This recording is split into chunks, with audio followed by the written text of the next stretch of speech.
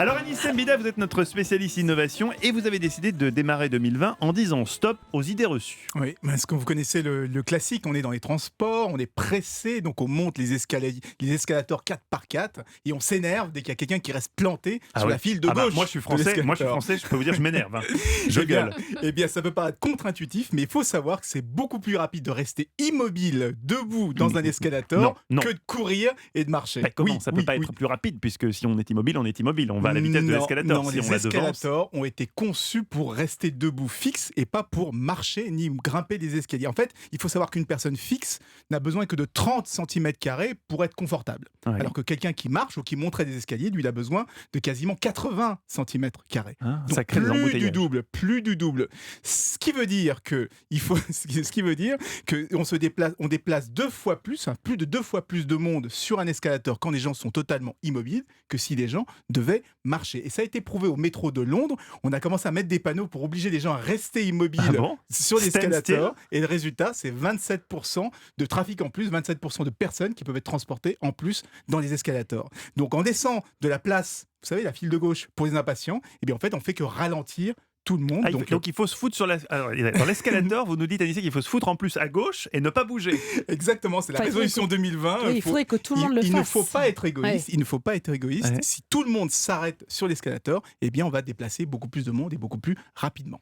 Eh bien, ça c'est déjà un premier scoop 2020. Alors j'imagine le boulot, vous imaginez de dire aux gens, tous les gens, restez immobiles. Surtout en ce moment où les gens font n'importe quoi. Il faut savoir que 75% des gens préfèrent rester debout sans se déplacer dans un escalator. Donc il suffit qu'il y en ait un ou deux qui s'arrêtent, les gens vont s'arrêter automatiquement. Donc faites le bouchon, c'est mieux pour tout le monde. On va vous gueuler dessus, mais créez le bouchon dans l'escalator. Ils étaient 4, il n'y a qu'une seule couronne. Qui sera élu chroniqueur du jour? C'est le moment cruel et sadique du qui tout double. Anissa Mbida, pourquoi Florence Servan-Schreiber devrait-elle voter pour vous? Parce qu'on a dit que c'était la journée des bonnes résolutions et de la psychologie positive. Et la psychologie positive, c'est même pendant les grèves, eh bien on peut gagner du temps en ne bougeant pas sur l'escalator et en roulant sur la file de droite plutôt que la file de gauche. Vous êtes mignon.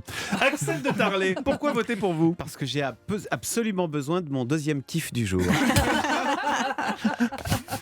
Il y va franco, il essaie même plus de défendre son dossier. Virginie Fulpin, pourquoi voter pour vous?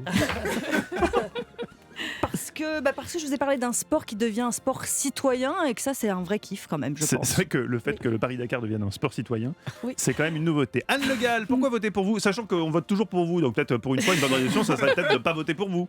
Alors c'est pas pour moi qu'il faut voter, c'est pour le prince William, donc qui veut défendre 50 solutions pour la planète dans les 30 années à venir. Non mais parce que face au pessimisme ambiant, face aux catastrophes environnementales, c'est pas mal de se tourner vers le concret et puis de célébrer comme ça le génie humain, l'inventivité humaine. Mais où est le jeu de mots?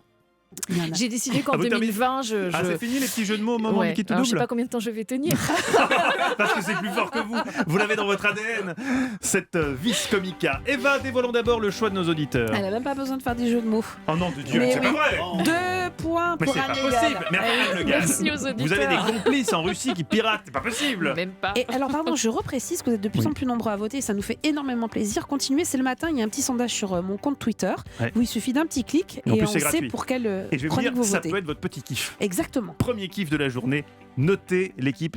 L'équipée sauvage. Notez l'équipée sauvage. Ouais. Exactement. En ce qui me concerne, car je dispose d'un petit point, je donne mon point aujourd'hui à Virginie Fulpin. Car cette histoire de Paris-Dakar m'a intéressé. Mais vous le savez ici, c'est l'invité qui a le dernier mot. Florence Servan-Schreiber, mettez de côté l'espace d'un instant votre amour pour la psychologie positive et soyez sans pitié. Qui, selon vous, mérite d'être élu chroniqueur du jour? Vous avez 3 points, Florence. 3 points, effectivement. S'ouvre aujourd'hui le procès de Harvey Weinstein aux États-Unis. Et donc, je vais donner mon point.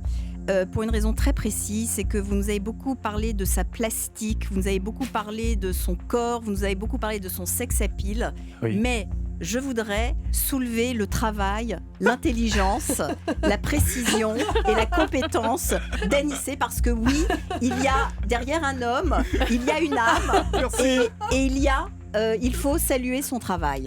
Et par ailleurs, de toutes les solutions qui sont proposées, c'est quand même celle, c'est vrai, je suis pour les choses extrêmement pratiques et concrètes qui améliorent la vie. Si se mettre dans la file de droite suffit à améliorer sa vie, eh bien mettons-nous dans la file de droite. Mettons-nous dans la file de droite. Victoire exceptionnelle d'Anissa Mbida sous le regard atterré, jaloux d'Axel de Tarlet. Pas de kiff du tout.